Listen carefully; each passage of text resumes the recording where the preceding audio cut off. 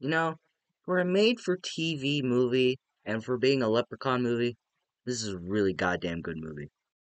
The Leprechaun movies.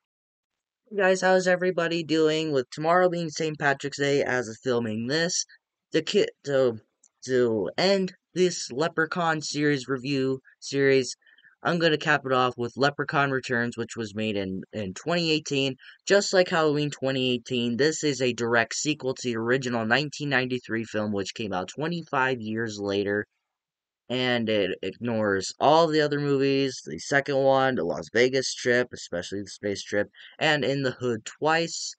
And let me tell you, when this movie was first coming out, I had very little hope for this movie, with it being without Warwick Davis, second one without Warwick Davis, and just the fact that they were gonna do exactly like the Halloween 2018 route. What I was hearing, pretty much everything that I was hearing about this film, I had like no, very little excitement for. But I was curious to see what they would do with this film.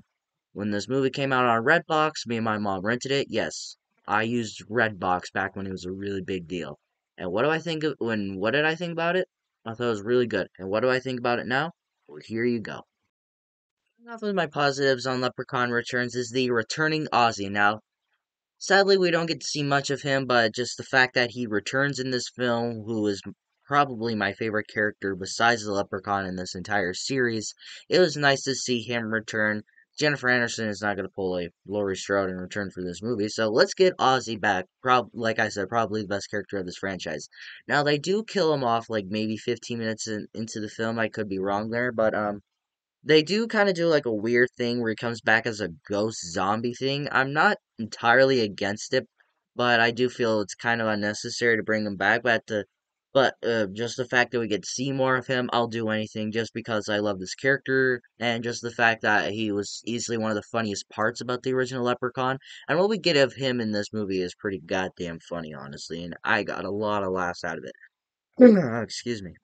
Like I said, this is the second film without Warwick Davis, but I honestly think Lyndon Porco did a goddamn good job with this character. He makes it his own.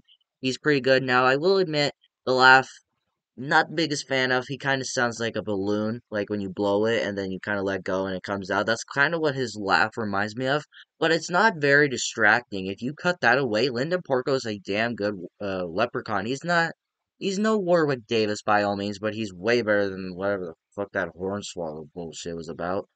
But Lyndon Porco, what he does, I think he does pretty good. And if we ever get another Leprechaun movie, and if Warwick Davis does not come back, I would love to see Lyndon Porco come back because he did a damn good job. But I think this person like Lyndon Porco makes this character his own, and he was pretty damn decent for not being Warwick Davis. And easily, this movie has the best kills in the entire series. Every single kill was awesome. It was gory and it was carnage candy.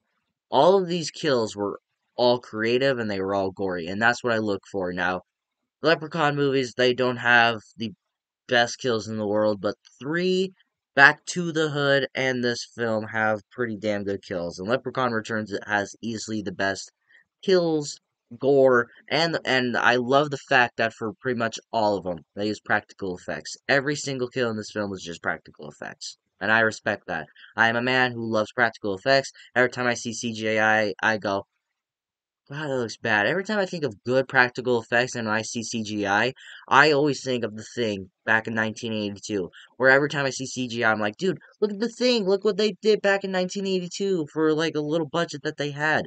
Do that here. And that's exactly what this film does. For a movie made for just TV, the practical effects were just awesome. The fact that they could pull it off for the little budget that they have for the series, but damn, were they awesome. And I think every single kill in here is probably at least top 10 material for, like, just favorite kills, like, just ever. I like how they returned to the original house from the original film, where it was just, like, a little farmhouse owned by Mr. O'Grady, who was the person that kind of started this whole craze, where he stole Leprechaun's gold and he came back for it, but that didn't go well. And yeah, and then the characters in the original stay there, and I'm glad that they return it here. And you can kind of tell it's not the same house because like obviously low budget. I'm pretty sure they just built it again by my research. But I like to returning to the original house. It's not much. It's very little to any positives, but I just like returning to original house, and I do like how they use AU for like for the sorority house for it, which is a little nod to that's like another name for gold, pretty much, which I thought was a nice, pretty nod to it that they just put on the house for the sorority sisters, which I thought was pretty cool, honestly. Mess with the leprechaun's gold, or I'll come and get ya. Okay, I'll stop. This is kind of like another short positive, but I thought it was pretty funny. Speaking of short, I like the little scene where after the leprechaun explodes, the leprechaun morphs into tiny little leprechauns. He's kind of like this fucking big, and the one lady who was cleaning him up, they like throw stuff at her like a hammer, and they go, "Stop, hammer time." It's a goofy scene, but I'm a fan of Goofy. It's like, but won't work for everybody, but for me it worked, and I thought it was a little fun. It had some fun with it, and it leads to another cool kill where the girl trips over a broom, which I don't know how that happened though. And she just falls on the shovel that the like shovel trophy thing that she wanted, and just kind of goes through her head, and you can see some of her brain if you pause the movie. It was just a nice little fun scene, and it led to a cool kill.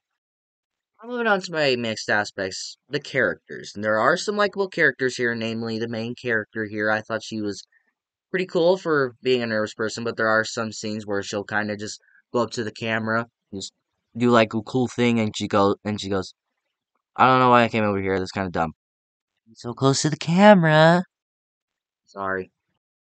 Like some of her friends, namely the one girl from Ash vs. Evil Dead, the black girl in this movie. I liked her too, but the rest of the characters I didn't care for much, and if they died, I didn't really care either. But those two are mainly the only characters I really just liked and enjoyed. There are some characters that I thought were enjoyable, but I just didn't really care for much. Another mixed aspects is the comedy. Now, it's a common issue for this franchise where there are some times where it makes me laugh and giggle, but there are some times I'm like, this feels unnecessary. Why'd you even add this here? But again, it's about a killer leprechaun. What else do you expect? It's a common issue for this franchise. It's nothing that I haven't said before, which I don't know why I'm even talking about it now then. I'm moving on to my negatives. This is more like a nitpick, is where the leprechaun can kill people to gain back power. Where there's a scene where he tries to stab someone with like kind of like a pitchfork, but he says if he kills someone, they'll get some power back. I was like, what? I don't understand that. If he kills people, he gets more power, but really he just needs his gold. Well, if you get power from killing people, then why not just start killing people then instead of trying to get your own gold? Again, it's kind of just a nitpick, but at the same time, like, if you can just kill people to get your power back, why not just try and just kill everybody instead of trying to get your gold? That's never been expressed in the rest of the series. But yeah, again, direct sequel to the original. The other movies just don't exist. All in all, guys, this was a awesome return for this franchise. For someone who is a fan of this series and of this character, this was a nice return, and I would care to see more of this character, see what Lynn Porco can do more with this character, what this director can do. I just want to see more of the Leprechaun with just this team again, and I would love to see if Warwick Davis would return again. This is a movie where I would say to go out and buy it. What do you guys think of Leprechaun Returns? Are you a fan of this movie? Think it was a good return and it was a nice direct sequel to the original?